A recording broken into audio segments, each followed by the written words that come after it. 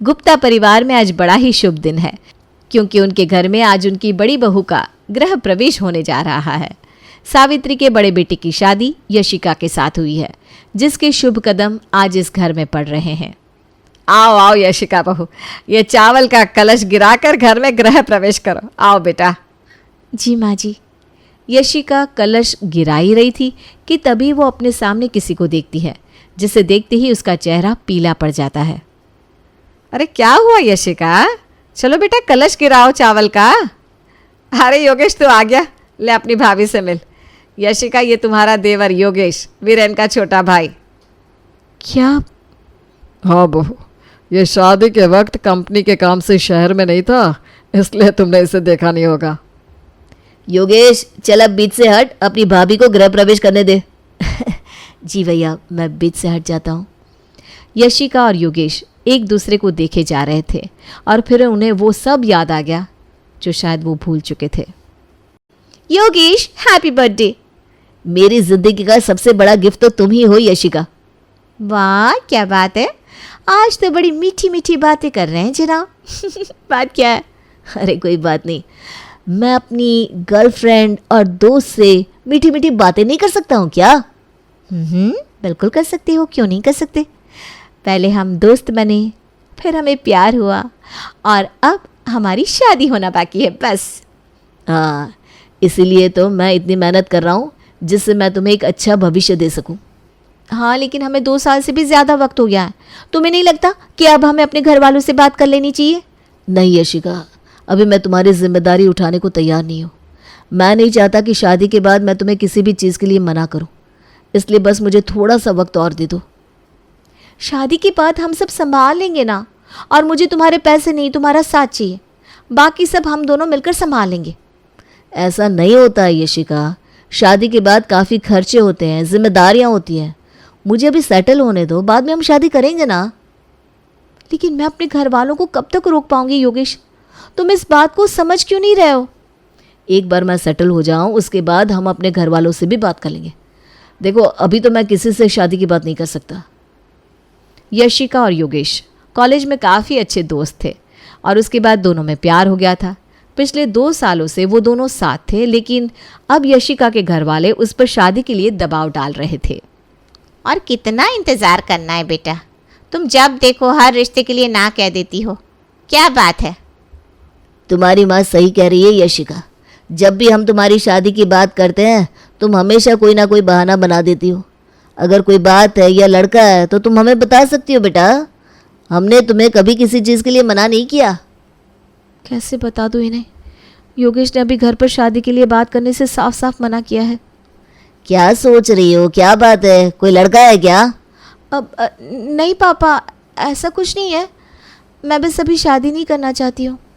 अभी नहीं करना चाहती हूँ, ये भी कोई बात है क्या? अभी तुम 26 साल की हो गई हो। नहीं नहीं, अब हम तुम्हारी कोई बात नहीं सुनेंगे। अब बस हम तुम्हारे लिए लड़के देखने शुरू कर रहे हैं। देखो मैंने तुम्हारे लिए एक बहुत ही अच्छा घर देखा है, वहाँ तुम्हारी शादी की बात करने वाला हूँ, और इस बार मुझे तुम्हारा कोई भी बहाना नहीं सुनना बेटा। देखो हम तुम्हारे माता पिता हैं, हमारे भी तो कुछ अरमान हैं, हमारी भी तुम्हारी शादी को लेकर कुछ इच्छाएं हैं, इसलिए इस बार हम तुम्हारी कोई बात नहीं सुनने वाले। इस बार यशिका के माता पिता ने उसकी एक बात नहीं सुनी और उसकी शादी को लेकर वो काफ़ी गंभीर नजर आ रहे थे। दूसरी तरफ योगेश अपनी कंपनी की तरफ से 3 महीनों के लिए बैंगलोर चला गया था और वो यशिका के फ़ोन का सही से जवाब भी नहीं दे रहा था। योगेश तुम बिल्कुल भी नहीं समझ रहे हो, इस बार मैं पापा को मना नहीं कर सकती हूँ, वो मेरी कोई बात सुनने को तैयार ही नहीं है। तुम प्लीज़ एक बार आकर उनसे बात क्यों नहीं कर लेते? देखो मैं यहाँ बहुत ही ज़रूरी काम से आया हूँ यशिका, मैं नहीं आ सकता अभी। इस बार तुम संभालो, उनसे थोड़ा वक्त मांग लो। तुम समझ क्यों नहीं रहे हो? उन्होंने मेरे लिए रिश्ता भी ढूंढ लिया है, अब वो नहीं रुकने वाले। देखो अभी ना मुझे काम के लिए लेट हो रहा है, चलता हूँ मैं, तुमसे 3 महीने बाद मिलता हूँ, चलो बाय। पता नहीं 3 महीने बाद हम मिल भी पाएंगे कि नहीं। तुम अपने देवर योगेश से मिली ना बहू? और योगेश कैसी लगी तुम्हें यशिका? जी पापा बहुत अच्छी है, भैया और इनकी जोड़ी काफ़ी अच्छी लग रही है। आओ बहू घर के अंदर चलो। जी, ये किस्मत का ही खेल था। जो योगेश और यशिका फिर से मिले, लेकिन अब पहले की तरह नहीं। यशिका अब योगेश के बड़े भाई की बीवी बन चुकी थी, लेकिन इस बात को योगेश और यशिका दोनों अभी तक अपना नहीं पा रहे थे। हे भगवान, ये कैसी किस्मत है मेरी। योगेश वीरेन का छोटा भाई है। हम दोनों एक ही छत के नीचे एक दूसरे के सामने कैसे रह पाएंगे। मैं कैसे सामना करूंगी इस नए रिश्ते का। और अगर इस घर में किसी को पता लग गया कि हम दोनों के बीच में क्या था तो क्या करूं मैं। अरे तुमने अभी तक ये भारी कपड़े उतारे नहीं? क्या हुआ, क्या सोच रही हो? वीरेन, मैं आपसे कुछ बात करना चाहती हूँ। हाँ हाँ बोलो। क्या आप मुझे कुछ वक्त दे सकते हैं? वक्त किस चीज़ के लिए? खुलकर कहो जो भी कहना है यशिका, डरो मत। क्या हम अभी पति पत्नी की तरह नहीं, दोस्त की तरह रह सकते हैं इस कमरे में? मैं अभी इस रिश्ते के लिए पूरी तरह से तैयार नहीं हूँ। तुम्हें वक्त चाहिए हमारे रिश्ते के लिए? ठीक है, कोई बात नहीं, लेकिन अगर और कोई बात है तो तुम मुझसे कह सकती हो। नहीं नहीं, मैं बस अभी इस रिश्ते को इतना ही निभा सकती हूँ। क्या आप मेरे दोस्त बनकर रह सकते हैं? ठीक है, तुम जितना वक्त चाहती हो ले सकती हो। हम दोस्त बनकर भी रह सकते हैं इस कमरे में। Thank you. मैं सोफे पे सो जाती हूँ, आप बिस्तर पर सो जाइए। ठीक है, जैसा तुम्हें सही लगे। यशिका ने अभी तक वीरेन और अपने रिश्ते को आगे नहीं बढ़ाया था, लेकिन वो एक बहू होने के सारे फर्ज अच्छे से निभा रही थी। ये लीजिए माँ जी आपकी चाय और आपकी दवाई, आप रोज़ भूल जाती हैं। अरे बहू, भूलती तो पहले थी, अब तो तुम उसे याद से दे देती हो। सही कहा, जब से यशिका इस घर में आई है मैंने एक दवाई नहीं छोड़ी, क्योंकि ये याद से मुझे सब कुछ दे ही देती है। और तो और ये मेरे घुटनों की इतने अच्छे से मालिश करती है कि मेरे घुटनों का दर्द भी ठीक हो गया। क्या बातें चल रही है? अरे कुछ नहीं, बस तेरी बीवी की बातें चल रही है। यशिका जब से इस घर में आई है ना बेटा, तब से मेरी तो सारी जिम्मेदारियां ही खत्म हो गई है। बस अब हमें योगेश की चिंता खाए जा रही है। पता नहीं उसे क्या हो गया है। जब से बैंगलोर से आया है तब से अपने कमरे में ही रहता है, या तो फिर रात रात भर बाहर रहता है। वीरेन, तू उससे बात करके देख, कहीं कुछ परेशानी तो नहीं है? जी पापा, मैं बात करता हूँ। हाँ ये लो, ये रहा योगेश। योगेश ज़रा यहाँ आना। जी भैया। आजा, साथ में बैठकर नाश्ता करते हैं। आज यशिका ने समोसे बनाए हैं। नहीं नहीं, मुझे नहीं खाने, मैं बाहर जा रहा हूँ। अरे लेकिन समोसे तो तुझे बहुत पसंद है बेटा। जो चीज़ें पसंद होती है ज़रूरी नहीं कि वो उम्र भर आपका साथ दे, इसलिए मैंने छोड़ दिया है अपनी पसंद को। योगेश, कोई बात है क्या बेटा जो तुझे अंदर अंदर खाए जा रही है? हाँ भाई, जब से तू बैंगलोर से आया है तब से ना तो बाहर आता है अपने कमरे से, ना हंसता है। हो क्या गया है तुझे? कुछ नहीं हुआ, बस यूं ही मैं सोच रहा हूँ कि जॉब छोड़ दूँ। क्या? लेकिन क्यों? तूने इतनी मेहनत की इस जगह पर पहुंचने के लिए, और आज जब इतना ऊपर पहुंच ही गया है तो जॉब छोड़ने की बात कर रहा है? कभी कभी सोचता हूँ कि किस लिए कर रहा था ये सारी मेहनत, किसके लिए? अब कोई कारण ही नहीं है कि जिसके लिए मैं मेहनत करूँ, सेटल हूँ। योगेश मेरी बात सुन। पर योगेश बिना कुछ कहे वहाँ से चला जाता है। उसकी इस हरकत से और बातों से उसके घर वाले काफ़ी परेशान हो जाते हैं। उन्हें समझ में नहीं आता कि आखिर योगेश ये सब कर क्यों रहा है। अरे इससे क्या हो गया भाई? अरे पता नहीं, अजीब सी बातें कर रहा है। दोस्तों के साथ रात रात भर बाहर रहता है और अब नौकरी छोड़ने की बात कर रहा है। पिछले 2 साल से तो मुझे आगे बढ़ना है, कुछ बनना है, सेटल होना है, ऐसी बातें करता था। अब क्या हो गया इसे? योगेश की हालत को देखकर यशिका भी काफ़ी दुखी थी। वो योगेश से बात करना चाहती थी, इसलिए जब रात को सब लोग सो गए तो वो योगेश के घर आने का इंतज़ार करने लगी। योगेश सुनो ना। अरे तुम यहाँ क्या कर रही हो? क्यों कर रहे हो ये सब? मैं जो भी करूँ अब तुम्हें क्या? तुमने तो शादी कर ली ना, वो भी मेरे बड़े भाई से। अब जिंदगी भर तुम मेरे सामने रहोगी मेरे भाई की पत्नी बनकर। मुझे नहीं पता था कि वीरेन तुम्हारा भाई है। मैंने माँ पापा को बहुत समझाया, लेकिन वो कुछ भी सुनने को तैयार नहीं थे। मैंने तुमसे कितना कहा कि एक बार बात कर लो, लेकिन तुमने भी मेरी नहीं सुनी। मैं बेंगलोर हमारे लिए गया था यशिका। मैं वहां से लौटकर हमारी शादी की बात करने ही वाला था, लेकिन मुझे क्या पता था यहां आकर मुझे कुछ और ही देखने को मिलेगा। लेकिन अब जो हो गया हम उसे बदल तो नहीं सकते। तुम भी आगे बढ़ो अपनी जिंदगी में। अच्छा, तुम आगे बढ़ गई हो? मैंने देखा है तुम सोफे पे सोती हो और भाई बिस्तर पर। तुम आज भी मुझसे ही प्यार करती हो, है ना? योगेश चुप करो, ऐसी बातें मत करो। ठीक है, तो तुम्हें भी मेरी जिंदगी में दखल देने की कोई जरूरत नहीं है। योगेश इतना सब कहकर चला जाता है, लेकिन योगेश और यशिका की बातें सावित्री सुन लेती है और उसे बहुत गुस्सा आता है यशिका पर। वो यशिका के सामने आ जाती है। मैंने कभी सपने में भी नहीं सोचा था कि तू ऐसी लड़की होगी। मेरे दोनों बेटों की जिंदगी खराब कर दी तूने। नहीं माँ जी, मुझे सच में नहीं पता था कि वीरेन और योगेश भाई है। मुझे तेरी किसी भी बात पर विश्वास नहीं है। मैं साफ साफ कह देती हूं कि योगेश से दूर रहना, और अगर वीरेन को इस बात का पता चला तो मैं तुझे कभी माफ नहीं करूंगी। सावित्री का प्यार अब नफरत में बदल गया था, जिस वजह से अब वो यशिका पर अत्याचार करने लगी थी। उसने घर से कामवाली को निकाल दिया और सारा काम अब यशिका से करवाने लगी थी। और यशिका भी चुपचाप उसकी बात मान रही थी, यही सोचकर कि उसकी वजह से इस परिवार की खुशियों को नजर लगी है। अभी तक ये कपड़े धुले नहीं, ये ले और कपड़े, और हाथ को थोड़ा जल्दी चला, बाकी काम भी पड़े हैं। जी माँ जी। सावित्री अब यशिका से घर का सारा काम करवाती और बदले की आग में वो अब इंसानियत भी भूलने लगी थी। अभी तक रसोई को साफ नहीं किया? नहीं माँ जी, बस कर ही रही थी। मैं खाना खा लूँ? कोई जरूरत नहीं है खाना खाने की। पहले रसोई साफ कर, ये बर्तन साफ कर, और जल्दी कर। जब से इस घर में आई है बस खाना पीना सोना चाहिए। पता नहीं कहां से ले आए हैं इसे। मेरी तो किस्मत ही खराब है। जल्दी कर, अब मेरा मुंह मत देख। जी माँ जी। यशिका ने वीरेन से इस बारे में कुछ नहीं कहा, लेकिन योगेश अपनी माँ को यशिका के ऊपर अत्याचार करते हुए देख चुका था। उससे यशिका की यह हालत देखी नहीं जा रही थी। पूरा आंगन अच्छे से साफ कर। ये क्या धीरे धीरे हाथ चला रही है? माँ, इतनी धूप है और इतनी धूप में तुम यशिका से आंगन साफ करवा रही हो? उसकी हालत तो देखो गर्मी के कारण कैसी हो गई है। जितने दुख उसने तुझे दिए है ना, उसके आगे ये कुछ भी नहीं है। माँ, उसने कुछ नहीं किया, आप उसे कसूरवार क्यों समझ रही हैं? अरे चुप कर तू। इसकी फितरत मैं अच्छे से समझ रही हूं। ये जिठानी और देवरानी दोनों बनना चाहती है। जिठानी देवरानी दोनों बनना चाहती है, इसका मतलब क्या हुआ माँ? अरे ये लड़की जितनी सीधी दिखती है ना उतनी है नहीं। इसने योगेश को फंसाया था शादी के पहले, फिर तुझसे शादी कर ली। ये जो योगेश की हालत है ना, ये सब इसकी वजह से है। प्लीज माँ जी, मुझ पर ऐसा आरोप मत लगाइए प्लीज।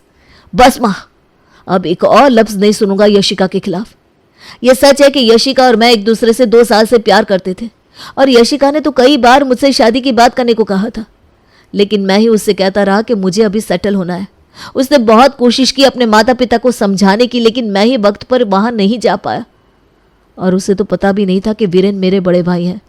इसलिए यशिका को कसूरवार कहना बंद करिए। वीरेन, मैं आपको सब कुछ सच सच बताना चाहती थी, लेकिन माँ जी ने कहा था कि आपको कुछ पता नहीं लगना चाहिए, इसलिए मैं चुप रही। तुम दोनों एक दूसरे से इतना प्यार करते हो कि योगेश की जिंदगी तुम्हारे जाने के बाद बिखर सी गई, और यशिका भी अपनी नई जिंदगी में आगे नहीं बढ़ पा रही है। इसलिए आज मैं एक फैसला लेता हूँ। मैं यशिका का हाथ योगेश के हाथ में देता हूँ। वीरेन, लेकिन बेटा तेरा क्या होगा फिर? माँ, ऐसे रिश्ते में मैं कभी खुश नहीं रह सकता जहाँ यशिका का दिल किसी और के लिए फिक्रमंद हो। इससे तो हम 3 जिंदगियां बर्बाद कर देंगे। इसलिए यशिका की शादी हम योगेश से करवाएंगे। मुझे माफ कर दीजिए वीरेन। तुम दोनों को माफ़ी मांगने की कोई ज़रूरत नहीं है। बस तुम दोनों एक साथ खुश रहो, यही मेरी इच्छा और दुआ भी है। कहते हैं चाहे बेटा हो या बेटी, उसकी शादी हमेशा अपनी बराबरी वाले घर में ही करनी चाहिए। लेकिन शर्मा जी को तो करनी है अपनी बेटी की शादी बड़े ही रईस खानदानी घर में। लेकिन रईस खानदानी वालों को भी तो रईस घर की बहू ही चाहिए, है ना।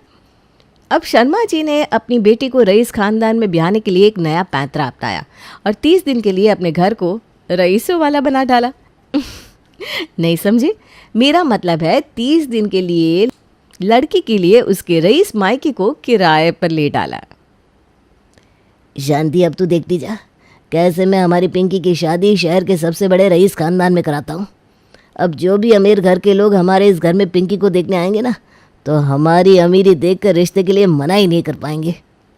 पापा, मैंने ऑनलाइन एक लड़के की प्रोफाइल देखी थी। प्रोफाइल तो उसकी बहुत अच्छी थी, अपना बिजनेस था, तो मैंने उससे बात भी की। आपको मेरे लिए जैसा घर चाहिए ना, वो बिल्कुल वैसा ही है। अगर वैसा ही है तो फिर बेटा उन्हें रिश्ते के लिए बुला ही ले। ये सब जितनी जल्दी निपट जाए उतना अच्छा है, वरना अगर 30 दिन के अंदर किसी अमीर घर में तेरा रिश्ता नहीं हुआ ना, तो हमें अगले महीने भी इस घर का भाड़ा भरना पड़ेगा। अरे डोंट वरी पापा, आप बिल्कुल भी टेंशन ना लो। मैंने उन लोगों को रिश्ते के लिए कल बुलाया है। आप देखना, हमारे घर में आते ही वो लोग इम्प्रेस हो जाएंगे, और उसके बाद तो मेरी ऐश ही ऐश, और मेरी ऐश तो फिर आप लोगों की भी ऐश ही ऐश। अगले दिन, अरे ओ भगवान, बेटी की शादी के लिए इतना पैसा लगाकर ये घर किराए पर लिया है ताकि हम लोग अमीर लग सके। उसके बाद भी तुमने ये गरीबों जैसी साड़ी पहन रखी है। वो जो तुम्हारे लिए साड़ी किराए पर लेकर आया था ना, वो पहन लो जाकर। तो आपको क्या लगता है लड़के वालों के सामने मैं ये साड़ी पहन कर आऊँगी? वो तो मैं घर की सफाई कर रही थी इसलिए पहनी थी। अभी तो नई साड़ी और नकली गहने भी पहनने हैं, बस गहनों की चमक से उन्हें असली नकली का पता न चल पाए। अरे कुछ नहीं पता चलेगा, और अगर उन्होंने कुछ बोला भी तो हम कह देंगे कि हम बाहर देश से ये गहने खरीद कर लाए थे, तो शायद आपको थोड़े अलग लग रहे हैं। जाओ अब जल्दी से तैयार हो जाओ, वो लोग आते ही होंगे। कुछ देर बाद लड़के वाले उनके घर आते हैं। घर के अंदर आते ही लड़के वालों के दिमाग में ये बात तो बैठ जाती है कि भाई लड़की वाले तो अच्छे खासे पैसे वाले हैं। बेटा, घर तो इन लोगों का भी हमारे घर की तरह अच्छा लग रहा है। लगता है लड़की ने जैसा बताया था ये लोग बिल्कुल वैसे ही है। आइए आइए आइए बेटा पिंकी, आओ, सबके लिए चाय नाश्ता लेकर आओ। चाय नाश्ता आपकी बेटी लेकर आएगी? हमें तो लगा था आपके घर में नौकर चाकर काम करते होंगे। जी, घर में नौकर चाकर तो काम करते हैं, लेकिन आप हमारी बेटी को देखने आए हैं ना, तो ये हमारा फ़र्ज़ है कि आपको अपनी बेटी के हाथ का ही चाय नाश्ता कराएं। और ये तो हमारे यहाँ पर रिवाज है कि घर में जब भी कोई रिश्तेदार या मेहमान आता है तो खाना उनके लिए हम अपने हाथों से ही बनाते हैं। अरे वाह वाह वाह, आपकी ये बातें सुनकर तो मुझे लग रहा है आपने अपनी बेटी को बहुत ही अच्छे संस्कार दिए हैं। इंसान के पास भले ही कितना भी पैसा हो, लेकिन उसकी असली दौलत तो उसके संस्कारों से ही झलकती है। आपकी बेटी हमें बहुत पसंद आ गई। अगर आपको भी रिश्ता मंजूर हो तो रिश्ता पक्का कर देते हैं। अरे बिल्कुल भाई साहब, नेक काम में देरी कैसी। अगले महीने हमें बिजनेस के सिलसिले में अमेरिका जाना है, तो सोच रहे हैं कि इसी महीने शादी करा दे, वरना न जाने फिर कब समय मिल पाएगा। पिंकी का ये बनावटी अमीर मायका देखकर लड़के वालों को वो पसंद आ जाती है और 30 दिन के अंदर अंदर सत्यवान उनके बेटे से अपनी बेटी की शादी करवा देता है। शादी के बाद, क्या ससुराल मिला है पिंकी तुझे, तेरी तो किस्मत ही चमक गई। वरना अगर अपनी सच्चाई दिखाकर मम्मी पापा मेरा रिश्ता करवाने जाते ना, तो झोपड़ी जैसा ससुराल मिलता मुझे। मज़ा आ गया भाई, अब तो पिंकी पूरी ज़िंदगी राज करेगी तू। बहू, ओ बहू। आई मम्मी जी। पिंकी बाहर हॉल में आती है। जी मम्मी जी। बेटा, आज ना काम वाली नहीं आई है, उसकी तबीयत ज़रा ख़राब है, तो आज घर की सारी सफाई तुझे ही करनी पड़ेगी। वैसे मैं अपनी बहू से घर की सफाई करवाना तो नहीं चाहती, लेकिन अगर घर गंदा रहेगा तो अच्छा भी तो नहीं लगेगा। तुम साफ़ कर लोगी ना बेटा? हाँ हाँ कर लूँगी ना मम्मी जी। अच्छा बेटा, तो घर साफ़ करके सारे गंदे कपड़े भी धो लेना। और हाँ, जब यहाँ सारा काम हो जाए तो बता देना, उसके बाद मैं तुम्हें बता दूँगी कि आज खाने में क्या बनाना है। जी मम्मी जी। पिंकी मुंह बनाकर घर की सफाई करने में लग जाती है। अभी तो ससुराल का पहला दिन है और पहले दिन ही ये लोग मुझसे इस तरह घर का काम करवा रहे हैं। मैंने तो सोचा अमीर घर में शादी हो जाएगी तो इन सब चीज़ों से छुटकारा मिल जाएगा, लेकिन इतने अमीर घर में शादी होने के बाद भी मुझे ये सब करना पड़ रहा है। मुझे तो यही समझ में नहीं आता कि उनके इतने बड़े घर में क्या एक ही काम वाली है? इतने अमीर होकर बस एक ही मेड रखते हैं क्या? तो क्या फ़ायदा हुआ इतने अमीर होने का? अरे बहू, ज़रा जल्दी जल्दी हाथ चलाओ बेटा, इसके बाद तुम्हें कपड़े भी तो धोने हैं, और आज तुम्हारी पहली रसोई है तो तुम्हें खाना भी बनाना है। इतने धीरे धीरे काम करोगी तो कैसे होगा? कर रही हूँ मम्मी जी, कर रही हूँ, बस हो ही गया, कपड़े ही धोने जा रही हूँ। पूरे घर की सफाई करने के बाद पिंकी बाथरूम में कपड़े धोने के लिए जाती है। चलो शुक्र है कपड़े तो वॉशिंग मशीन में धुलेंगे, थोड़ी देर तो आराम मिलेगा मुझे। पिंकी सारे गंदे कपड़े वॉशिंग मशीन में धुलने के लिए डाल देती है, लेकिन वो जैसे ही वॉशिंग मशीन ऑन करती है तो वॉशिंग मशीन का ढक्कन अपने आप खुलकर एक एक कपड़े को वॉशिंग मशीन से बाहर फेंकने लगता है। ये क्या हो रहा है? कैसी मशीन है ये, कपड़ों को बाहर फेंक रही है? कहीं मैंने कुछ गलत तो नहीं कर दिया? हे भगवान, अगर मेरे ससुराल वालों को पता चल गया कि ये मशीन ख़राब हो गई है तो पता नहीं वो क्या सोचेंगे कि इसने अपनी ज़िंदगी में कभी ये मशीन चलाई नहीं होगी। हे भगवान, क्या करूँ अब मैं, क्या करूँ? मैं भी ना बंद क्यों नहीं कर रही हूँ इसे? इतनी देर तक इतनी ज़ोर ज़ोर से आवाज़ की है इसने, पक्का मम्मी जी यहाँ पर पहुँचने वाली होंगी। पिंकी ने अपनी सासू माँ को याद किया और सासू माँ उसके सामने हाजिर। अरे ये क्या हो गया बहू, ये क्या कर दिया तूने? ये पूरे बाथरूम में कपड़े और सिर्फ पानी कैसे बिखरा हुआ है? तुम मशीन में कपड़े धोने आई थी या कपड़ों के साथ कुश्ती लड़ने आई थी? ये क्या हाल बना दिया है तूने पूरे बाथरूम का। मैं क्या करूं मम्मी जी, मैंने तो कपड़े धोने के लिए मशीन में डाले थे, लेकिन पता नहीं इस मशीन को अचानक क्या हो गया, अपने आप सारे कपड़ों को बाहर फेंकने लग गई। मुझे तो समझ में नहीं आया कि इस मशीन को क्या हुआ है। बेटा लगता है तूने मशीन चलाते वक्त मशीन का कोई गलत बटन दबा दिया।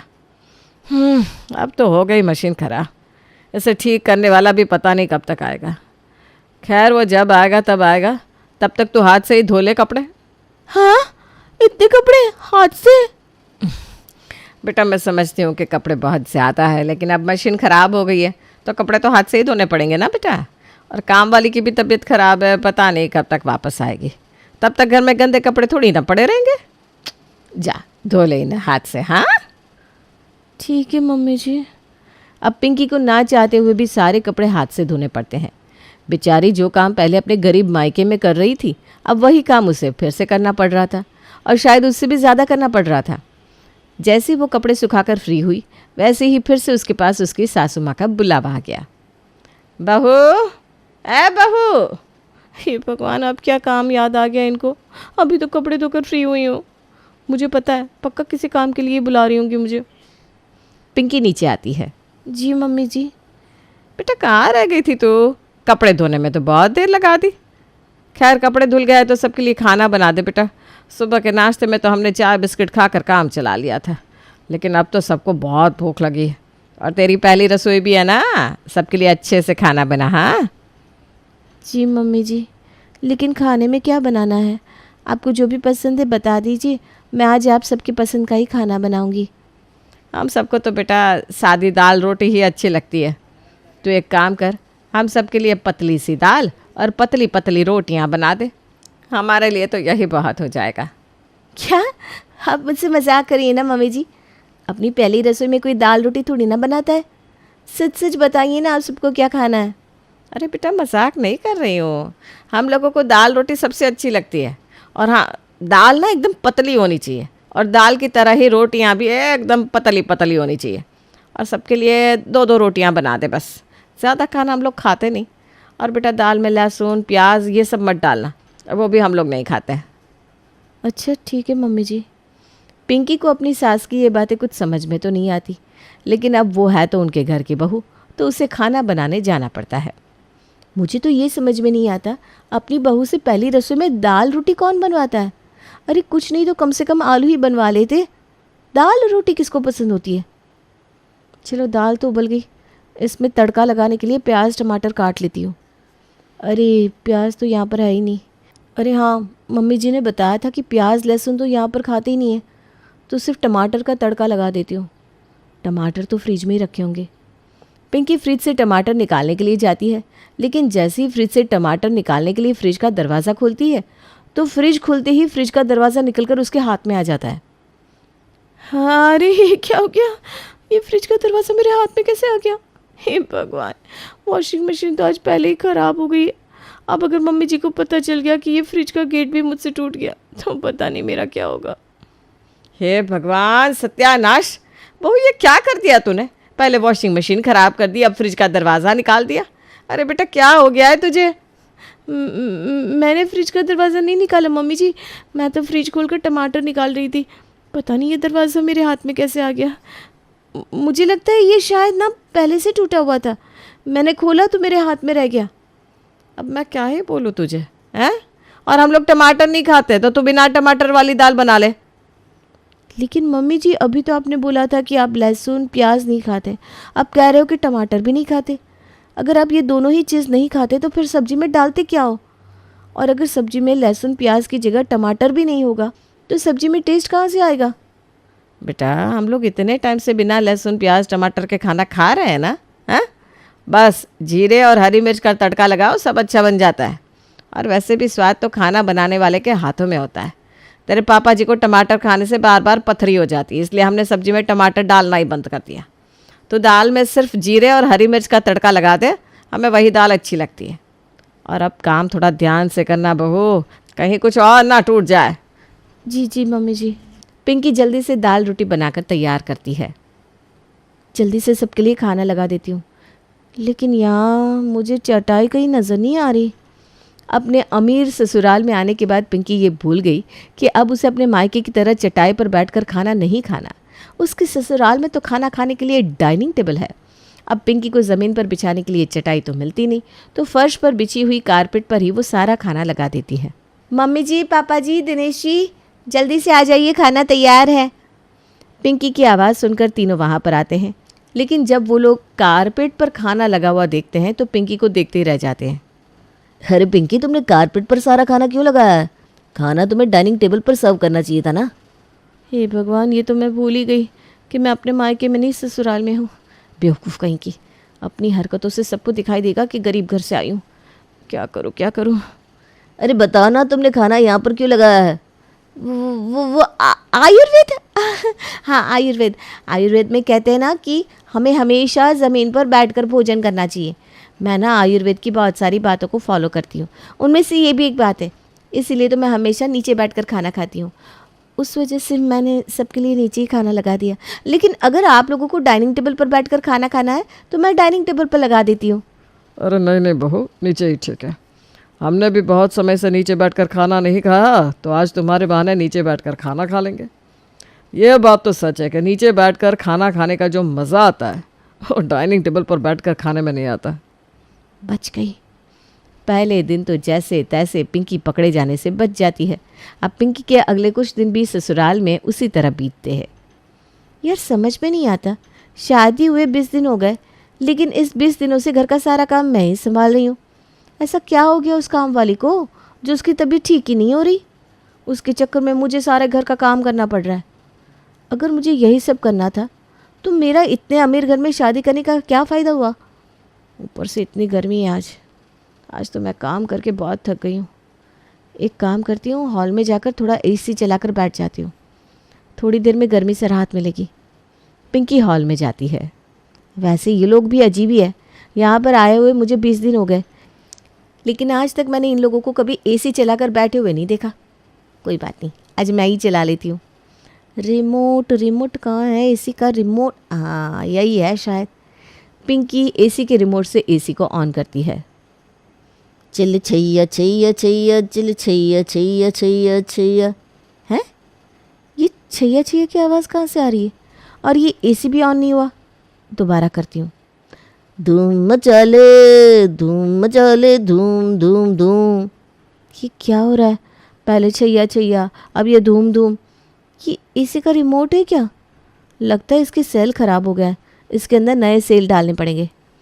अरे पापा जी, आप देखिए ना, मैं इतनी देर से ये एसी चलाने की कोशिश कर रही हूँ, ये लेकिन चल ही नहीं रहा। अरे बेटा, ये ख़राब हो गया है, 1-2 दिन में मैकेनिक ठीक करने आ जाएगा।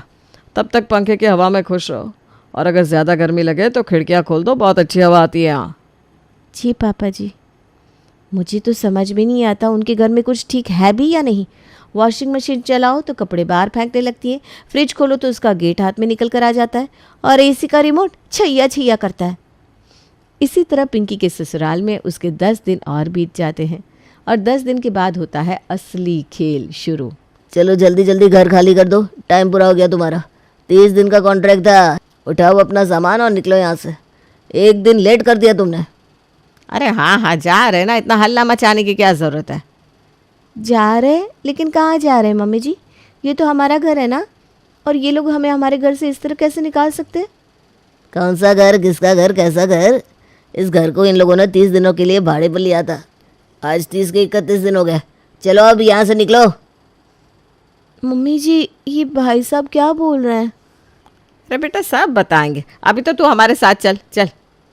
अब पिंकी के ससुराल वाले उसे उसके असली ससुराल लेकर आते हैं, जो ठीक वैसा ही था जैसे मायके से वो आई थी। ये आप लोग मुझे कहाँ लेकर आ गए? किसका घर है ये इतना छोटा सा? हमारा घर है बहू, हमारा। यही हमारा असली घर है। वो हमें ना ज़्यादा दिखावा पसंद नहीं है, तो हम छोटे घर में रहना ही पसंद करते हैं। बस बस बस, मैं सब कुछ अच्छी तरह समझ गई। मेरे मम्मी पापा का पैसा देखकर आपने मुझे अपनी बहू बनाया और हमें ये दिखाया कि आप लोग बहुत अमीर हैं। धोखा किया आपने मेरे साथ। पैसों के लालच में शादी करवाई अपने बेटे की। अभी अपने मम्मी पापा को फ़ोन करके बुलाती हूँ यहाँ। पिंकी अपने पापा को फ़ोन करती है, लेकिन कोई भी उसका फ़ोन नहीं उठाता। तो वो अपने पापा से बात करने के लिए उनके घर पहुंच जाती है और उसका पीछा करते करते उसके ससुराल वाले भी उसके मायके तक पहुंच जाते हैं। लेकिन जब पिंकी के मायके की असलियत उनके सामने आती है तो उनकी आंखें भी फटी की फटी रह जाती है। ये है तुम्हारा घर? हाँ हाँ, आप लोग यहाँ पर कैसे आ गए? मैंने आपको मना किया था ना मेरे पीछे आने के लिए। अच्छा, तो ये बात है। मतलब उस दिन हम जिस घर में तुम्हें देखने के लिए आए थे वो तुम्हारा असली घर नहीं था। मेरी ऑनलाइन प्रोफाइल और पैसा देखकर तुमने अमीर घर में शादी करने के लिए वो घर किराए पर लिया था। अच्छा, अगर हमने ऐसा किया था तो आप लोगों ने भी तो वही किया था ना। कहीं की अमीर नहीं हो आप, फटीचर हो, फटीचर। क्या मतलब? आप लोगों ने हमसे झूठ बोला? हम लोगों को तो आप ऐसे झूठ बोल रहे हो जैसे खुद बड़े सत्यवादी हरिश्चंद्र हो। नाम सत्यवान रखते हो और बेटी की अमीर घर में शादी करवाने के लिए ऐसे झूठ बोलते हो। अरे हमने झूठ बोला तो आपने कौन सा सच बोल दिया? आप भी तो अमीरी के भेस में वही गरीब फटीचर निकले। हमारी बेटी तो फंस गई ना। फंस तो हम भी गए। कहाँ अमीर घर की बहू के सपने देख रहे थे। वो सच्ची कहते हैं, जिसके नसीब में जो होता है उसे वही मिलता है। अब जो है उसी में खुश रहते हैं। क्या बोलती हो बहू? दूसरा कोई ऑप्शन है क्या मम्मी जी? नहीं बेटा, बिल्कुल नहीं। तो चलते हैं फिर मम्मी जी। अब हार कर दोनों परिवारों को सच्चाई को अपनाना ही पड़ता है और नसीब के खेल के सामने उन सब की चालाकियां धरी की धरी रह जाती है। सुमित और श्वेता की नई नई शादी हुई थी और श्वेता अब शर्मा परिवार की छोटी बहू बन चुकी थी। शर्मा परिवार में बड़ी बहू बीना और उसका पति पंकज और सास पूनम रहा करते थे। माँ जी, खाने में क्या बनना है? ना जी ना, आज तो छोटी बहू की पहली रसोई है, चटकारे मार के। तो आज तो मेरी प्यारी छोटी बहू अपने हाथों से कुछ मिठाई बना दे। ठीक है माँ जी, जैसा आप कहें। श्वेता बेटा, अरे ओ श्वेता बेटा। जी माँ जी। बेटा आज तुम्हारी पहली रसोई है, चटकारे मार के तो कुछ मीठा बनाकर खिला दो। कुछ ऐसा कि सभी अपनी उंगलियां चाटते रह जाए। जी माँ जी, ये तो मेरे बाएं हाथ का खेल है। अरे वाह, मेरी छोटी बहू तो बहुत अच्छी है। ठीक है श्वेता, तुम आज मूंग दाल का हलवा बना दो। अरे ये क्या कर दिया मैंने? अपने पैर पर खुद ही कुल्हाड़ी मार ली। अब क्या करूँगी? मुझे तो कुछ बनाना ही नहीं आता।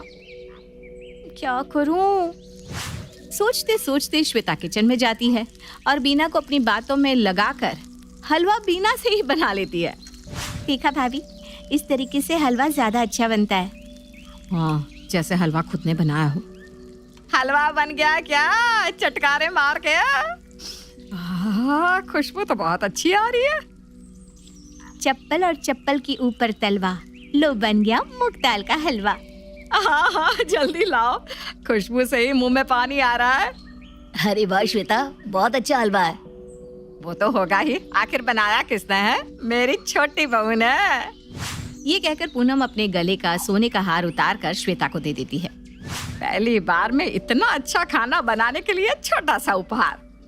श्वेता सोने के हार को देखकर बहुत खुश होती है। वहीं बीना चाहते हुए भी सच नहीं बोल पाई कि हलवा तो उसने बनाया है। मुझे तो कभी माँ जी ने कोई चीज नहीं दी और आते ही नई बहू को सीधा सोने का हार। छोटी बहू ने तो माँ जी को कुछ ज्यादा ही लट्टू कर दिया है। सुबह सुबह पूनम और बीना बात कर रहे थे। माँ जी, आज नाश्ते में क्या बनाना है? आलू की सब्जी और पूड़ी बना लो। दोनों बात कर रहे थे कि उनकी बात श्वेता भी सुन लेती है। अरे ये क्या, सुबह हुई नहीं कि इन लोगों को फिर खाना चाहिए। एक काम करती हूँ, मैं पूड़ी बना देती हूँ, वो तो मुझे बनाना आता ही है। ये सोचकर श्वेता दोनों के पास जाती है। अरे वाह बहू, तुम उठ गई। आ जाओ, अपनी जेठानी की मदद करो नाश्ता बनाने में। पूड़ी और सब्जी बनानी है, बना लेती हो ना? हाँ माँ जी, इसमें भी क्या कोई बड़ी बात है। सब्जी बनाना सबसे आसान काम है, मुश्किल तो पूड़ी बनाना होता है। तो मैं पूड़ी बना दूंगी ताकि भाभी को थोड़ा आराम मिल जाए। बहू हो तो ऐसी, अपनी जेठानी के लिए कितना सोचती है। लेकिन बेटा अभी तुम नहीं हो, इसलिए अभी तो तुम वो काम करो जो आसान है। तुम ना सब्जी ही बना लो, बाकी काम बीना कर लेगी। ये कहकर पूनम बाहर और बीना किचन की तरफ चली जाती है। अरे ये क्या हुआ, मेरे साथ तो मोए मोए हो गया। कुछ तो करना होगा, वरना इन लोगों को पता चल जाएगा कि मुझे कुछ भी बनाना नहीं आता। फिर मेरी वैल्यू कम हो जाएगी और सभी लोग भाभी को वैल्यू देंगे और भाभी मुझ पर हुक्म चलाएगी। जल्दी कुछ सोच श्वेता, जल्दी आइडिया। आओ श्वेता, आलू निकाल कर धो लो, मैं आटा गूंथ रही हूँ। भाभी आपने कभी आलू की छिलकी की सब्जी खाई है? मैं वो बना दूँ, बहुत अच्छी बनती है। अरे नहीं, पूड़ी के साथ ना आलू की सब्जी अच्छी लगती है। आलू उबाल कर छिलके उतार कर ही बनाना, और मसाले ना यही वाले डालना, सिर्फ 1 चम्मच, वरना मसाले ज़्यादा हो जाएंगे। लो, मिल गई आलू की सब्जी की रेसिपी। अब देखो आगे आगे होता है क्या। बीना काम करके किचन से बाहर चली जाती है, तभी पूनम आती है। बहू बन गई सब्जी? जी माँ जी, मैंने तो पहले ही कहा था बहुत आसान होता है सब्जी बनाना। आलू और मसाले सब एक सटीक माप से लेने से वर्ल्ड की बेस्ट आलू सब्जी बनती है। बस अब मैं जल्दी से पूरी सेक कर आती हूँ। अरे बीना कहाँ चली गई? आजकल ना काम चोर हो गई है बीना। कोई ना, अब बस तुम जल्दी से खाना लगा दो। हाँ। तभी किचन में बीना आती है और श्वेता बीना को सब्जी चखने के लिए देती है। ये क्या, तुमने नमक तो डाला ही नहीं? नमक का क्या है भाभी, वो तो बाद में भी डाल लेते हैं। आप ये बताओ आलू ठीक से पक गए हैं ना? श्वेता सभी को खाना परोस देती है। तभी पूनम की पड़ोसी सीमा आती है। आओ आओ सीमा बहन, लो नई बहू के हाथ की पूरी सब्जी खाओ, उंगलियां चाटती रह जाओगी। हाँ हाँ, क्यों नहीं। तुम्हारी बड़ी बहू दिखाई नहीं दे रही। अरे क्या बताऊं, जेठानी का यही होता है, देवर की शादी के बाद सारा काम बस देवरानी ही करे। बेचारी मेरी छोटी बहू सुबह से किचन में खाना बना रही है और बड़ी वाली का कुछ अता पता ही नहीं। अरे कोई बात नहीं, वैसे तुमने सही कहा था, तुम्हारी छोटी बहू के हाथों में तो जादू है, जादू। मसाले एकदम सही पड़े हैं। मेरी बात मान, तो अपनी बहू के लिए एक रेस्टोरेंट खोल ले। अरे ये बात तो तुमने बिल्कुल चटकारे मार कर कही है। बाबू, हमारे घर के पीछे जो खाली जगह पड़ी है ना, वहाँ पर हम अपना क्लाउड किचन खोल देते हैं, जो श्वेता चला लेगी। सब्जी में नमक का पता नहीं है और किचन चलाएगी। जी माँ जी, मैं भी यही सोच रही हूँ, ताकि घर में कुछ पैसे भी आ जाए। देख सीमा, मेरी छोटी बहू कितनी समझदार है, और एक वो बड़ी बहू बस घर के काम में लगी रहती है, और उसके बाद भी उसके बनाए खाने में वो स्वाद नहीं है। मेरे हाथों में स्वाद नहीं है? इतने सालों से तो किसी ने कुछ कहा नहीं, अब अचानक ही स्वाद बदल गया। घर की मुर्गी दाल बराबर होती है। मैं भी तो देखूं इस मॉडर्न देवरानी का खाना कैसा है। अरे वाह, रोज रोज खाना बनाने से छुटकारा मिल गया। कुछ दिन में ही श्वेता के नाम से क्लाउड किचन खुल जाता है और अब श्वेता पूरा दिन वहीं रहा करती। एक के बाद एक डिलीवरी वाले आते और जाते रहते। अब बीना को पूरे घर का काम अकेले ही करने के साथ साथ श्वेता के किचन पैकिंग के लिए भी बाजार जाना पड़ता था। क्या क्या सोचा था, देवर की शादी के बाद थोड़ा आराम मिल जाएगा, यहाँ तो सब उल्टा ही हो गया। घर के काम क्या कम थे, जो महारानी के काम भी करने पड़ रहे हैं। एक दिन रास्ते में बीना को श्वेता की दोस्त मिल जाती है। हेलो भाभी, पहचाना आपने मुझे? अरे हाँ, आप तो श्वेता की दोस्त हो ना? हाँ भाभी, आजकल श्वेता है कहाँ, काफी टाइम से बात तक नहीं हुई। चलो घर चलकर मिल लो, तुम्हारी दोस्त ने रेस्टोरेंट ओपन किया है। क्या बात कर रही हो भाभी, वो तो मैगी को भी जूस में उबाल कर खिलाने वाली रेस्टोरेंट कैसे चला रही है। खाने के नाम पे ना उसे बस पानी उबालना आता है। इतना कहकर नेहा वहाँ से चली जाती है। मुझे भी दाल में कुछ काला ही लग रहा है, लेकिन माँ जी को कैसे समझाऊं, उनको तो बस छोटी बहू दिख रही है। कुछ तो करना ही होगा। सोचते सोचते बीना घर आती है और देवर से कहती है, देवर जी, मैंने ना माँ जी के लिए एक बहुत सुंदर कंगन देखे है बाजार में। वैसे भी अब तो देवरानी भी कमा रही है, मैं सोच रही हूँ ले लेते हैं, माँ जी खुश हो जाएंगी। जी भाभी, मैं आज ही श्वेता से कहता हूँ। खाने के बाद सुमित श्वेता से बात करता है। मेरी नोटों की मशीन, बस भी करो, अब कितना काम करोगी। अच्छा सुनो, क्लाउड किचन से जो भी कमाया है उसमें से थोड़ा मुझे भी दे दो। माँ के लिए कंगन लाने का सोच रहा हूँ। अरे आप भी कैसी बात कर रहे हो? अगर माँ को इतने महंगे कंगन पहना दिए और किसी ने कंगन के चक्कर में माँ जी को नुकसान पहुँचाया तो? हाँ, तुम बिल्कुल ठीक कह रही हो। मेरी प्यारी बीवी, मुझसे ज्यादा तुम्हें मेरी माँ की चिंता है। ये सब बीना भी सुन लेती है। अरे कोई चिंता नहीं है, जरूर ये कमाई के पैसों का कुछ तो कर रही है। मुझे पता करना होगा कि आखिर ये खिचड़ी क्या है।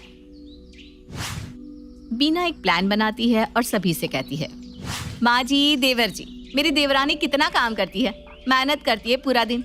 मैं सोच रही हूँ उसको कुछ उपहार देते हैं। हाँ भाभी, ये आइडिया बहुत अच्छा है। वैसे भी वो बहुत काम करती है। बीना एक बॉक्स पैक करके पूरे परिवार के साथ श्वेता के किचन के स्टोर रूम में जाती है और वहां छुप जाते हैं, जहां से उनको श्वेता और किचन साफ साफ दिखाई दे रहा हो। अरे हम यहाँ चोरों की तरह क्यों छुपे हुए हैं, चटकारे मार के?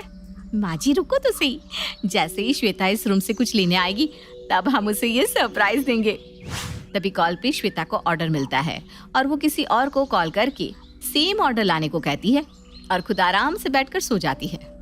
अरे ये क्या कर रही है? ऑर्डर का खाना क्यों नहीं बना रही? ऐसे तो ऑर्डर कैंसिल हो जाएगा। माँ जी थक गई होगी, थोड़ी देर में बना देगी। इतने में ही डिलीवरी वाला आता है, जिससे श्वेता ऑर्डर लेकर सीधा किचन में आती है और उस ऑर्डर को अपने पैकिंग बॉक्स में रखकर डिलीवरी वाले को दे देती है। छोटी बहू, ये सब क्या हो रहा है? माँ जी यहाँ तो ऐसा ही होता है। आपकी प्यारी बहू खुद खाना ना बनाकर दूसरी जगह से खाना ऑर्डर करके अपने कस्टमर को भेज रही है ताकि खाना ना बनाना पड़े। क्या यह सब सच है? जी वो माँ जी, मुझे कुछ बनाना नहीं आता, इसलिए बस घर में खाना बनाने से बचने के लिए मैंने ये सब किया। फिर वो हलवा और आलू की सब्जी किसने बनाई थी?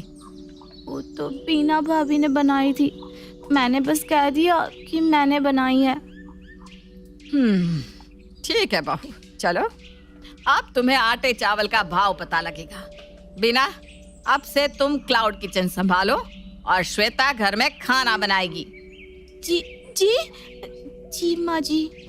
ना चाहते हुए भी श्वेता को अब घर में खाना बनाना पड़ता है।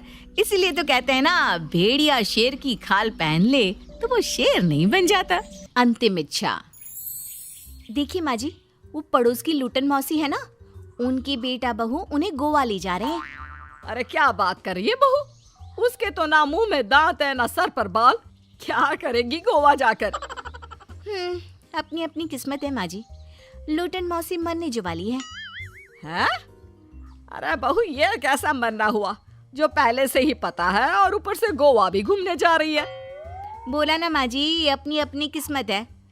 बात हुई थी मेरी लूटन मौसी की बहू से, बोल रही थी कि चलो दवाई में जो पैसा लगेगा वो गोवा में लगा देते हैं। सास को बहू की बात से पता नहीं क्यों नफरत की बदबू आ रही थी, लेकिन वो कुछ नहीं कहती और कमरे में जाकर लेट जाती है। क्या बात है, लूटन के तो मजे ही मजे है। वैसे आइडिया बुरा नहीं है, थोड़े से पैसे लगाओ और सीधा गोवा की सैर। मैं भी चलती हूँ गोवा।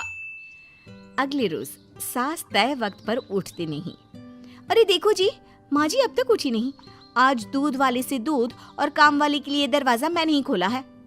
अब कम से कम माँ जी का ये तो सुख है कि सुबह जल्दी उठना नहीं पड़ता।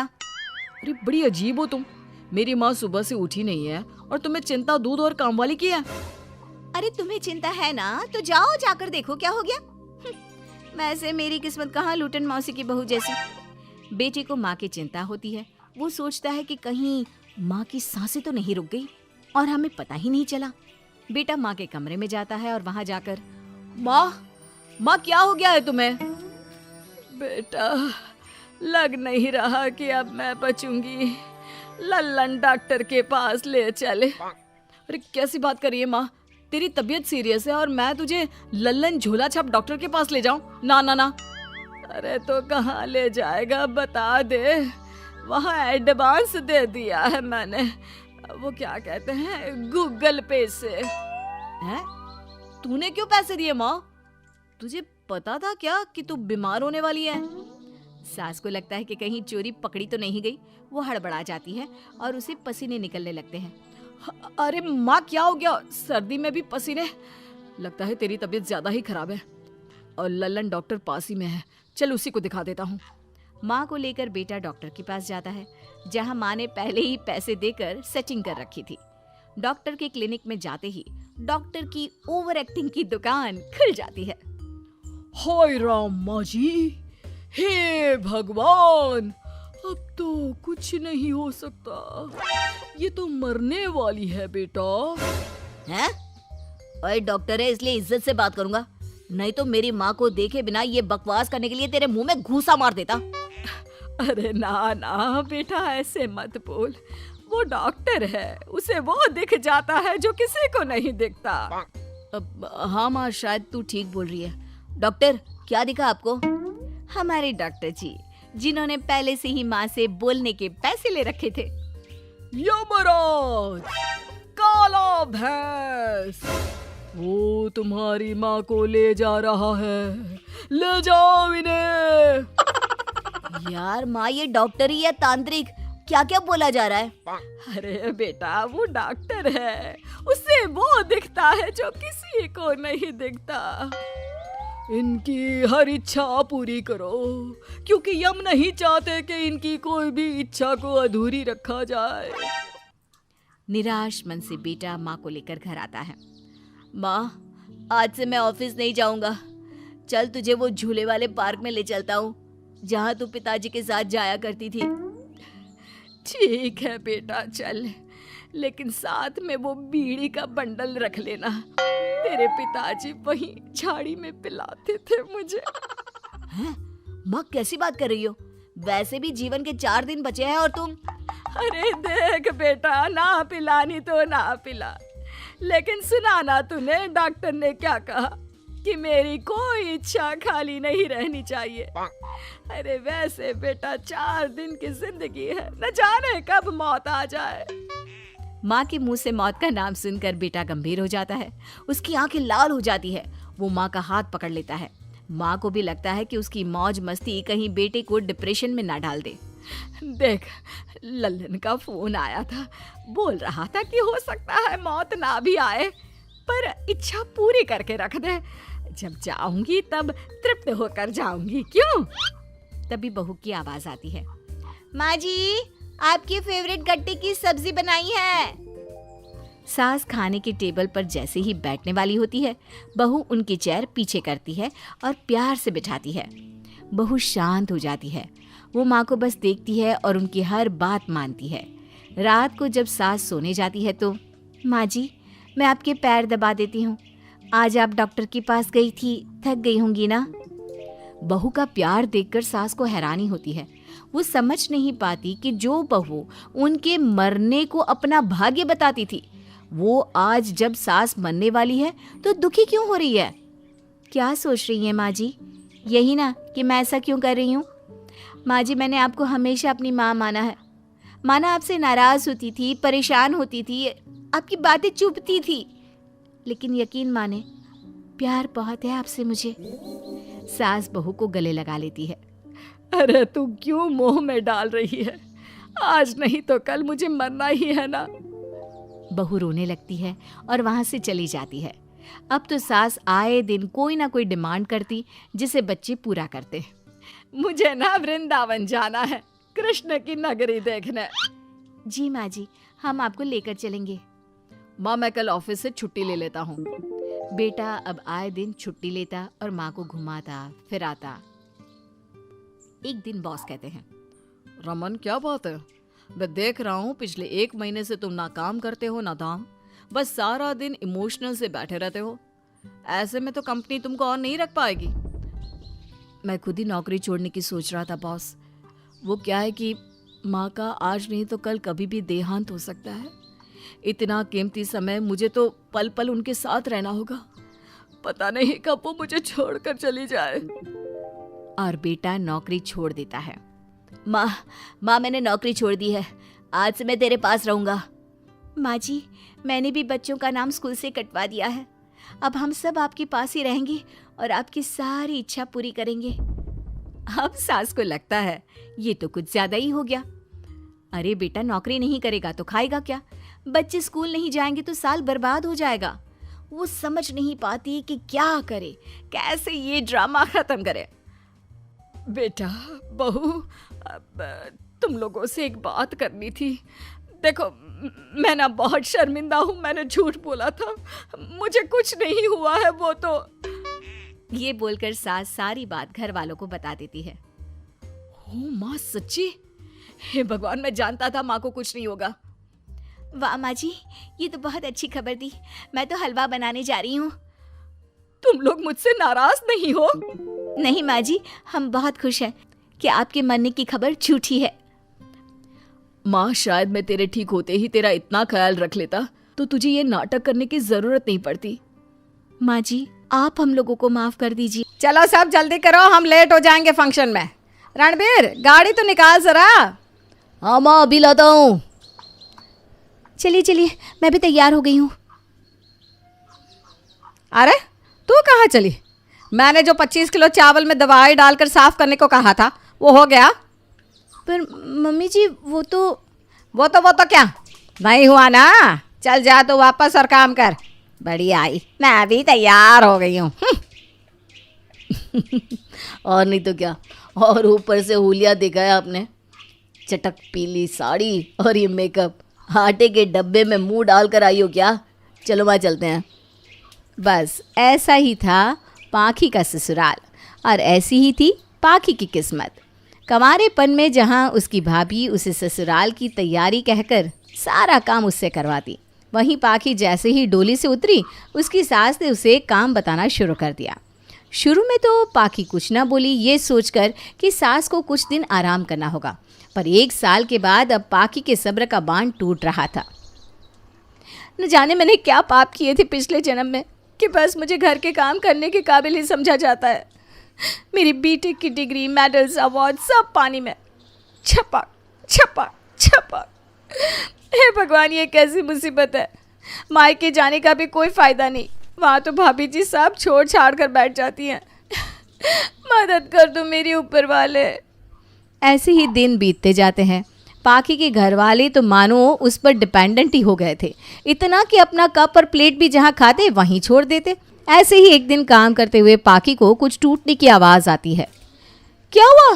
क्या गिर गया? पाखी इडियट, तुम्हें कोई सेंस नहीं है क्या? करती क्या हो सारा दिन? ये देखो, ये कप मेरे पैरों में कैसे आया, बताओ। ये कब से? तो आपने अभी तो चाय पी थी, वही है। हाँ तो तुम में जरा सी भी अकल नहीं है क्या कि कप को उठाकर किचन में रख देती? अरे अब देख क्या रही हो, जाओ जल्दी से किचन में रख कर आओ। सुबह सुबह मूड ऑफ कर दिया। इतना कहकर उसका पति वहाँ से गुस्से में चला गया। कुछ देर बाद, अरे बहू, इधर तो आ जल्दी। जी मम्मी जी। सुन, मैं ना सारा सामान ले आई हूँ और ऊपर छत पे रख दिया है, तो अगले कुछ दिन तक तो दोपहर में खाने के बाद मसाले पीस देना। पर मम्मी जी, हम तो बाजार से मंगवाते थे ना। अरे तब नहीं मंगवाएंगे ना, हर चीज़ में उल्टा जवाब देना ज़रूरी है क्या? और फिर बोलो कि हमारी सास हमें सुनाती है, हैं? और हाँ, जाते जाते मुझे रिमोट पकड़ा देना, पंखा चालू कर देना, उसको 2 नंबर पर ही रखना और दरवाज़ा 3/4 बंद रखना। आई बात समझ में? हाँ, 3/4 बंद। इंची टेप से माप कर बंद कर देती हूँ। बहू। जी माँ जी। बाय बहू, दरवाज़ा 3/4 बंद, 3/4 बंद, समझी? प्लीज। इतना कहकर सास आराम से पैर पर पैर रखकर टीवी देख रही थी।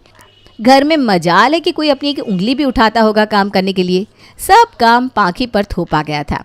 पर एक दिन अचानक से सास शोभा को ऐसी खबर मिलती है कि वो टेंशन में आ जाती है। इनको तो आए हुए बरसों हो गए, अब क्यों आ रही होगी? माँ, मुझे तो अभी से ही बुखार हो रहा है। क्या हुआ? आप दोनों इतने टेंशन में क्यों लग रहे हैं? अरे तुम्हें नहीं पता कौन आ रहा है? वही जिसे देखकर सांस तक अटक जाती है, जिसका खौफ इतना है कि हमारी गली के लोग निकलने से पहले 10 बार खिड़की से बाहर झांक कर देखते हैं। वो जो सबकी सिट्टी पिट्टी गुल कर देती है, वो जो। अरे और कितना सस्पेंस बढ़ाएंगे, सीधे सीधे बोलिए ना, कौन है? बहू तेरे। हाँ माँ जी, क्या बोल रही है? तेरी क्या? अरे चुप करना लायक, तेरी बुआ सास आ रही है। हाय राम। व्हाट? इसके लिए इतना ड्रामा कर रहे हैं आप लोग? और मैंने पहले तो कभी इनके बारे में सुना नहीं था। हाँ, वो तेरी शादी के टाइम पर 4 धाम यात्रा पर गई हुई थी, अभी आई है, बस आ जाएंगी जल्दी ही। बहू तो तैयारी कर लेना, और हाँ, उनके सामने ज़्यादा बुआ जी मत करना, जैसी तेरी आदत है। चुपचाप काम करना अपना, और फिर अपने कमरे में बैठ जाना, समझी? ये देवी बनने का नाटक नहीं करना उनके आगे। जी माँ जी। और अगली सुबह बजती है टिंग टोंग, और सामने खड़ी थी लक्ष्मी जी। लक्ष्मी जी लंबी चौड़ी, जिनकी आवाज़ ज़ोरदार थी, और ये तब समझ में आया जब उन्होंने कहा, अरे पप्पू, उठा मेरा सामान। अरे पप्पू, उठा मेरा सामान। अरे बुआ जी, रणबीर नाम है मेरा, ये पप्पू क्या होता है?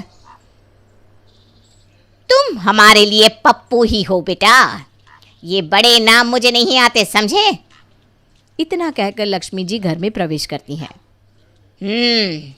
घर तो ठीक लग रहा है शोभा, तेरे जैसी निकम्मी ने तो किया नहीं होगा, जरूर बहू ही होगी ये सब करने वाली। नहीं नहीं, ऐसी कोई बात नहीं है बुआ जी। अरे तू जानती नहीं है इस शोभा को, एक नंबर की कामचोर है। खैर इधर आ बहू, जरा बैठ तो सही मेरे पास। कितनी प्यारी है तू, पर तूने सर पर पल्ला क्यों ओढ़ा हुआ है? क्या रे शोभा, बहू को आज के ज़माने में पल्ला रखने को कह दिया? अरे दीदी, अब मैं भी तो सर पे पल्ला ओढ़ती थी ना। तेरी बात और है, तब ज़माना भी अलग था। बहू तो पल्ला नहीं ओढ़ेगी, और अगर तुझे साड़ी पसंद नहीं आ रही तो सूट या जीन्स पहन ले बेटा। मायके में थोड़ी तू साड़ी पहनती होगी, है ना? नहीं बुआ जी, मैं साड़ी में ठीक हूँ। बेटा घबरा मत, आज तू अपनी सास के कहने पर पहन रही है, पर आगे जाके तुझे इसी चीज़ से चिढ़ होगी। मेरी बात मान, कुछ कंफर्टेबल पहन ले। और रही तेरी सास की बात, तो उससे तो मैं समझा दूंगी। जी बुआ जी, मैं अभी आई। दीदी बुरा मत मानना, पर आप ऐसे तो पाखी को बिगाड़ देंगी। देख शोभा, मैं जानती हूँ कि तू क्या कहना चाहती है और क्यों कह रही है, पर मेरी बात याद रखना, बहू को परेशान करके तू अपनी इज्जत चाहे सामने से बढ़ा रही है, पर उसके मन में ख़त्म कर रही है। और रही बात बिगाड़ने की, तो पहले अपने बेटे को देख, यहाँ तक कि उसके कमरे से सिगरेट की बू आ रही है। कब से अंदर ही बैठा हुआ है, थोड़ा उस पर तो नज़र रख तू। जी दीदी। अगले कुछ दिन लक्ष्मी देखती है कि घर का सारा काम पाखी करती है, सबको अपनी चीज़ें उनके हाथों में पकड़ाती है। भला ये क्या बात हुई, पाखी दिन भर एक पैर पर काम करती है और ये लोग इसकी कदर भी नहीं करते। अब मुझे ही कुछ करना पड़ेगा। उसी शाम लक्ष्मी पाखी को बहाने से अपने कमरे में बुलाती है और कहती है, सुन बेटा, ऐसा लगता है कि तू तो यहाँ बस काम करने के लिए ही आई है। सच सच बता, क्या तू यहाँ खुश है? हाँ बुआ जी, सब अच्छा है, मैं खुश हूँ। नहीं पाखी, ये तुम नहीं, समाज और घर वालों की डरी हुई पाखी बोल रही है। बोल बेटा, मैं हूँ तुम्हारे साथ। बुआ जी, यहाँ सब अच्छे हैं, पर कोई ना एक काम करने को तैयार नहीं है, यहाँ तक कि अपनी खुद की चीज़ें भी उठाते नहीं हैं। उस दिन मुझे रणबीर ने इतना सुनाया कि मैंने उनका कप नहीं रखा। बस पाखी, अब इन लोगों से तो मैं काम करवाऊंगी। तू एक काम कर, तू बस। और लक्ष्मी पाखी को एक प्लान बताती है। अगली सुबह, माँ जी, माँ जी। अरे रे, क्या हुआ बहू, क्यों चीख रही है? माँ जी, मैं बाज़ार में चल रही थी और इतने में एक मोड़ आया और मेरा पैर मुड़ गया, मैं गिर गई। क्या? कहीं लगी है क्या तुझे? हाँ माँ जी, पैर पर। एनीवे, मैं ना काम नहीं कर सकती कुछ दिन। अब बुआ जी की सेवा कैसे करूँगी? ओहो, मैं देखती हूँ कुछ जुगाड़, अपनी पुरानी मेड को बुला लेते हैं। कोई ज़रूरत नहीं है शोभा, मैं तेरी मदद कर दूंगी। हम दोनों मिल के काम करेंगे। चल, पहले तो घर की सफाई करते हैं। लेकिन दीदी। कोई लेकिन वेकिन नहीं, सिर्फ काम कर। चल अब शुरू हो जा। झाड़ू मारने से शुरुआत कर, फिर आगे का देखते हैं। पप्पू तू कपड़े धो चल। अरे पर मेरा तो काम। हाँ हाँ पता है क्या काम करता है तू, निकम्मा कहीं का। चल अब कपड़े धो। और आप? पप्पू अब तू मुझसे पूछेगा? तेरी इतनी हिम्मत? अब ऐसा बोलने के लिए तुझे आज छत पर मसाले पीसने होंगे। क्या? नहीं नहीं बुआ जी, वो मेरी आंखों में चला गया तो। वो मैं नहीं जानती, चल तू काम पर लग। और ऐसे शोभा जी और पप्पू यानी कि रणबीर और शोभा जी काम करते रहते हैं। बीच में सुनिए, मेरे लिए पानी लाएंगे प्लीज़? अरे दिख नहीं रहा, अभी तो आया हूँ। अच्छा ठीक है, लाता हूँ। कुछ दिन बाद, दीदी हमें कुछ कामों के लिए तो काम वाली रखनी चाहिए। कब तक मैं और पप्पू काम करेंगे? अरे शोभा, अभी कुछ और दिन में पाखी ठीक हो जाएगी, तब तक तो काम कर लो। अच्छा चलो ऊपर से गर्म कपड़े और रजाइयाँ निकलवा दो। और पप्पू तो ऊपर से जाले साफ करना शुरू कर, पहले सूखे कपड़े और झाड़ू से, फिर गीले कपड़े से। अच्छा जी। अच्छा जी। कुछ देर बाद शोभा ने घर में झाड़ू मारा था कि तभी लक्ष्मी जी वहाँ आई। ओहो मसाले गिर गए, सॉरी शोभा। अच्छा मेरा फेवरेट कप मेरे कमरे से लेकर उसे धोकर दोबारा चाय उसी में डाल के ले आओ। अरे ये क्या बुआ जी, आधे घर में मैंने पोछा मार भी दिया था और आपने उधर ही मिट्टी वाले पैर घुमा दिए।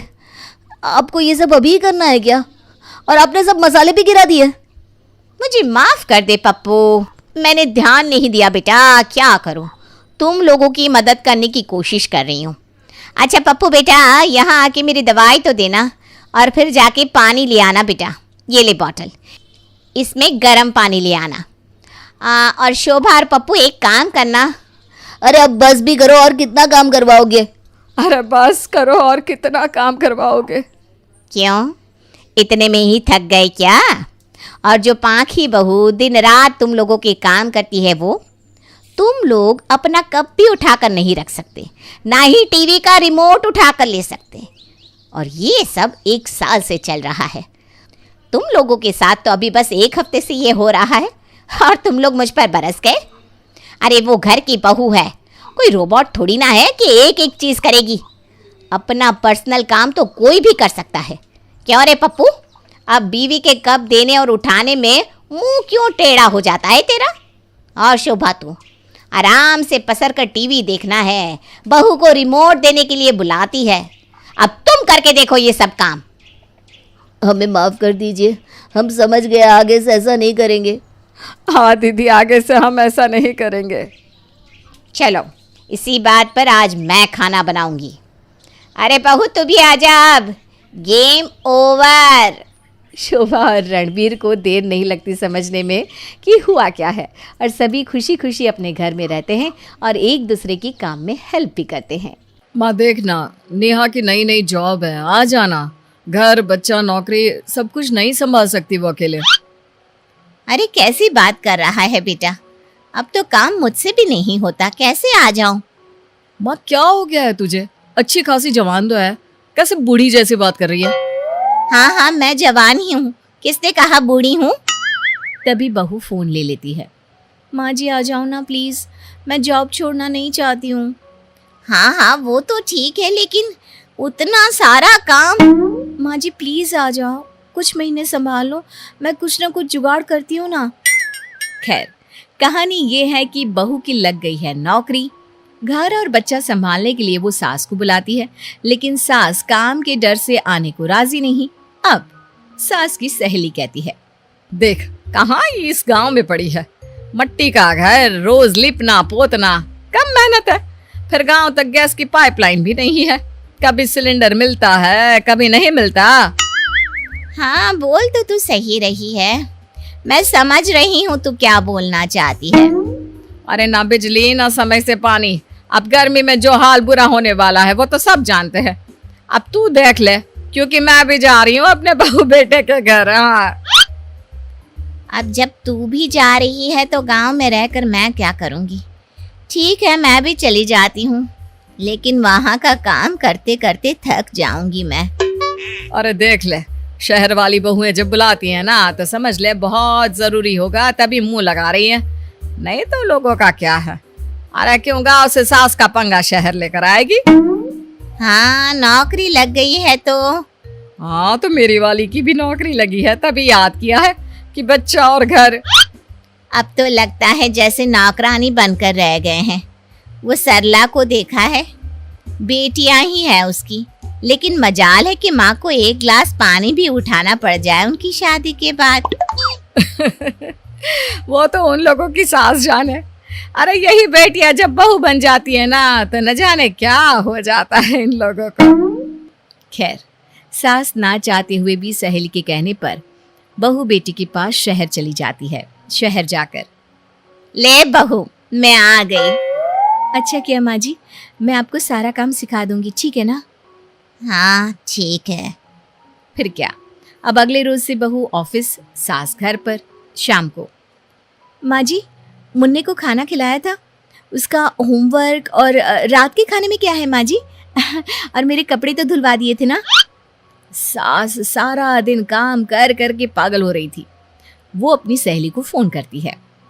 अरे क्या हो गया, क्यों रो रही है? सास पूरा हाल बता देती है कि कैसे बहू के घर पर काम कर करके उसका हाल बेहाल हो गया है। अरे मेरी बहू का तो वर्क फ्रॉम होम हो गया है। अब तो मैं उसके सर पर चढ़कर रहती हूँ, ना कोई काम करती हूँ ना धाम। वो ही घर का भी सारा काम करती है और फिर ऑफिस का भी काम करती है। ऊपर से सैलरी के आने पर मैं उस पर चढ़कर पैसे ले लेती हूँ। सास को ये सुनकर अच्छा लगता है। वो सहेली की बात सुनती है और उसी शाम को बहू, माँ जी मेरा कल से ना वर्क फ्रॉम होम शुरू हो रहा है, अब मैं घर से ही काम करूंगी। बहू, अब जो जाने के लिए तुझे 1 घंटा तैयार होना पड़ता था वो तो नहीं होना पड़ेगा, है ना? हाँ माँ जी, अब मैं थोड़ा और सो भी सकती हूँ। सोएगी क्यों? नाश्ता बना देना, बाकी काम मैं देख लूंगी। जी माँ जी, ठीक है। अगली सुबह बहू सारा नाश्ता खाना बनाकर फ्री हुई थी कि सामने खड़ी होती है नौकरानी। माँ जी, ये कौन है? वो क्या है ना बहू, मैंने सोचा कि तुम्हारे आने जाने के पैसे तो बच गए, तो क्यों ना ये नौकरानी रख ले उस ट्रांसपोर्ट के पैसे से, हैं? जी माँ जी, जो सही समझे। अब क्या, बहू खाना नाश्ता बनाती, बर्तन वाली बर्तन धोती और सास वो करती आराम। ऐसे ही दिन चल रहे थे कि एक दिन, बहू वो क्या है ना, शाम को बच्चे को लेकर पार्क में जाया कर। पर माँ जी मैं तो थक जाती हूँ, आप ले जाया करें ना। वो क्या है ना, मेरा फेवरेट सीरियल होता है उस वक्त, मैं कैसे जाऊंगी? बहू क्या करती, बच्चे को तो देखना ही था। वो बच्चे को लेकर पार्क में जाती है। रात को जब वो घर आती है तो सास बैठी होती है। बहू, मैंने सब्जी तो काट दी है, आटा भी लगा दिया है, अब जल्दी से बस खाना बना ले। माँ जी, खाना मैं? हाँ, मैंने सारा काम कर ही दिया है, इतना तो तू कर ही सकती है ना बेटा। बहू सारा काम करती है। रात को थक कर जैसे ही लेटती है, पति से कहती है, देखिए ना, माँ जी को मैंने हेल्प के लिए बुलाया था, लेकिन मेरी तो और कसरत हो जाती है। क्यों, क्या हो गया? माँ कोई मदद नहीं कर रही है क्या? बहू क्या कहती, बेटे से माँ की बुराई करने की हिम्मत ही नहीं थी, लेकिन फिर भी डरते हुए कहती है, देखो माँ ना सुबह का खाना बनाती है ना शाम का, बच्चों को लेकर पार्क भी मैं ही जाती हूँ, रात को खाना बनाओ, अरे मैं तो थक जाती हूँ, समझाओ ना अपनी माँ को। पति बीवी की बात सुनते ही गुस्से में आ जाता है। देखो मैं तुम्हें आखिरी बार बोलता हूँ, मेरी माँ को परेशान करना बंद कर दो। अरे क्या है तुम्हारा, तुम्हारे एक बार बोलने पर उन्होंने गांव छोड़ दिया, लेकिन तुम हो कि। बहू समझ जाती है कि भाई शांत रहने में ही भलाई है, वरना पति भी खिलाफ हो जाएगा, लेकिन करे तो क्या करे। सास के असहयोग आंदोलन ने तो उसकी कमर ही तोड़ रखी थी। फिर एक दिन, माँ जी वो क्या है ना, एसेंशियल सर्विसेज के लिए हमारा ऑफिस तो खुल रहा है, तो मैं तो चली कल से ऑफिस। अरे यार, फिर कल से खाना नाश्ता? वैसे तो हम लोगों ने माँ जी को इसीलिए बुलाया था, लेकिन चलो कोई बात नहीं, सुबह का तो मैं बनाकर चली जाया करूंगी, रात को माँ जी बना लेंगी, क्यों माँ जी? सास और खाना वो भी बहू के रहते हुए, लेकिन करती तो क्या करती। हाँ हाँ हाँ हाँ, क्यों नहीं। तभी नौकरानी आती है। आंटी जी वो क्या है ना, अपन वर्क फ्रॉम होम करेगा, आपको ऑनलाइन बता देगा बर्तन कैसे धोने का, झाड़ू पोछा कैसे लगाने का। तो सास जो कि वैसे ही गुस्से में थी। ओए हीरोइन चल, बड़े झाड़ू पोछे वाली आई है। माँ तो इस बेचारे पर क्यों चिल्ला रही है, जाने देना। अरे बहू वर्क फ्रॉम ऑफिस, नौकरानी वर्क फ्रॉम होम। मैं तो गई, अब तो सारा काम मेरे सर पर, और मुझे तो इतने काम की आदत भी नहीं है। तो क्या हो गया माँ, आप ना सिर्फ मुन्ने को देखिए, बाकी सारे काम मैं संभालूंगी, क्योंकि उसे देखने के लिए ही आपकी ज्यादा जरूरत है। ना ना, मुन्ने को कैसे, मुझसे नहीं होगा। बेटा तू मेरा टिकट कटवा दे। रुक जाओ ना दादी माँ, पापा मम्मी की जाने के बाद मुझे अकेले डर लगता है। अरे तो मैं क्या करूं, ये तेरी माँ समझे, मैं तो चली।